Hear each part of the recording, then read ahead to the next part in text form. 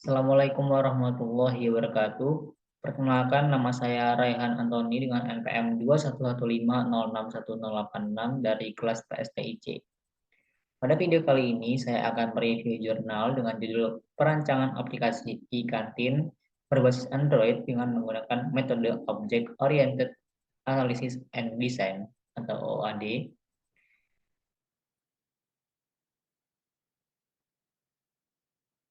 Di mana OAD adalah metode analisis yang memeriksa requirement dari sudut pandang kelas-kelas dan objek yang ditemui dalam ruang lingkup permasalahan yang mengarahkan arsitektur software yang didasarkan pada manipulasi objek-objek sistem atau subsistem. OAD merupakan cara baru dalam memikirkan suatu masalah dengan menggunakan model yang dibuat menurut konsep sekitar dunia nyata. Pada jurnal ini, OAD berbasis diagram UML. Pada jurnal ini terdapat use case diagram, sequence diagram, activity diagram, dan state diagram.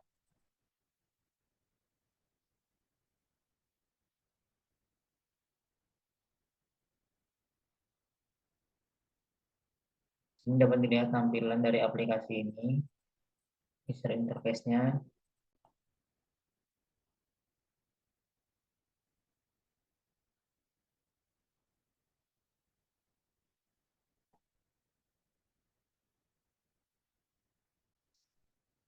Kemudian di sini terdapat use case diagram aktor pelanggan, di mana pelanggan ini dapat mengakses meja, akses menu, cek saldo, top up, dan pesan. Kemudian di cek saldo dan top up ini dia termasuk ke dalam login, dan pesan ini termasuk ke dalam login dan juga termasuk ke dalam bayar. Selanjutnya terdapat use case diagram aktor penjual, di mana penjual bisa mengakses login, update menu, cek pesanan, dan update stok. Pada use case login, termasuk juga di dalamnya itu ada input username password. Kemudian terdapat activity diagram pemesanan, di mana pelanggan bisa memilih akses menu, kemudian melakukan pesan, kemudian cek saldo, kemudian di cek saldo ini dia ada decision di mana jika saldonya nggak cukup, dia akan menuju ke top up dan di top up ini akan mengecek saldo.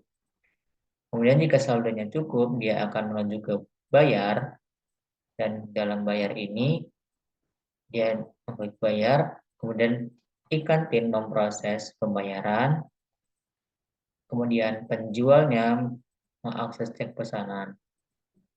Kemudian e-kantinnya ini menampilkan verifikasi pemesanan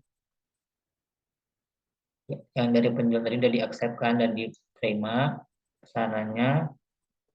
Lalu oleh sistem e-kantin ini dia akan verifikasi pesanan lalu selesai.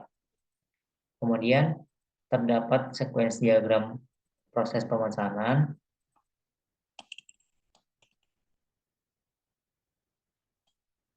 di mana penjual ini bisa memilih menu, kemudian masuk ke akses menu. Di akses menu ini menampilkan pesan, kemudian di dalam pesan ini bisa proses pemesanan, kemudian dapat memilih cek saldo. Kemudian dari cek saldo ini bisa menekan top up, kemudian melakukan proses top up. Lalu jika ada kondisi di sini, jika saldonya cukup itu dalam kondisi iya, maka dia memilih bayar. Dan jika saldo cukup itu dalam kondisi tidak, dia akan kembali ke cek saldo. Kemudian dari bayar ini dia dapat melakukan bayar, lalu di proses pembayarannya melakukan proses bayar, lalu dari proses bayar itu dia di sini menampilkan cek pesanan. Lalu cek pesanannya ini, kemudian di sini juga aktif, di proses bayar ini aktif juga, itu menampilkan verifikasi pemesanan ke verifikasi pemesanan.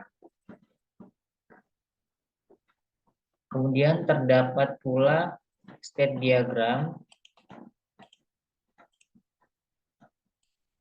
Di sini kita lihat state diagram aktor penjual, di mana aktornya penjualnya memilih menu, kemudian dari menu ini bisa mengakses menu, dari akses menu bisa mengecek update menunya, kemudian selesai.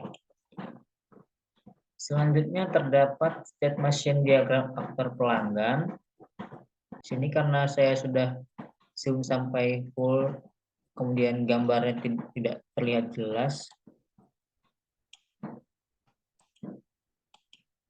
maka dapat dilihat saja seperti ini tampilannya dari state machine diagram aktor pelanggan. Ditampilkan seperti ini. Selanjutnya terdapat collaboration diagram proses pesanan, di mana pelanggan tuh bisa memilih akses menu, kemudian bisa cek saldo, kemudian dia bisa ketika kondisinya iya, dia bisa bayar, lalu jika kondisinya tidak, dia mengecek saldo. Lalu menuju e-kantin. Nah, e-kantin ini memproses pembayaran, kemudian e-kantin ini menampilkan verifikasi pemesanan. Kemudian aktor penjual ini dapat melakukan cek pesanan dari pelanggan itu tadi yang memesan.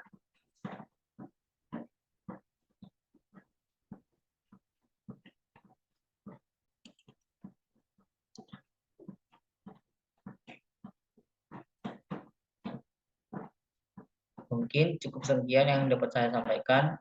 Kurang lebihnya mohon maaf. Saya akhiri. Assalamualaikum warahmatullahi wabarakatuh.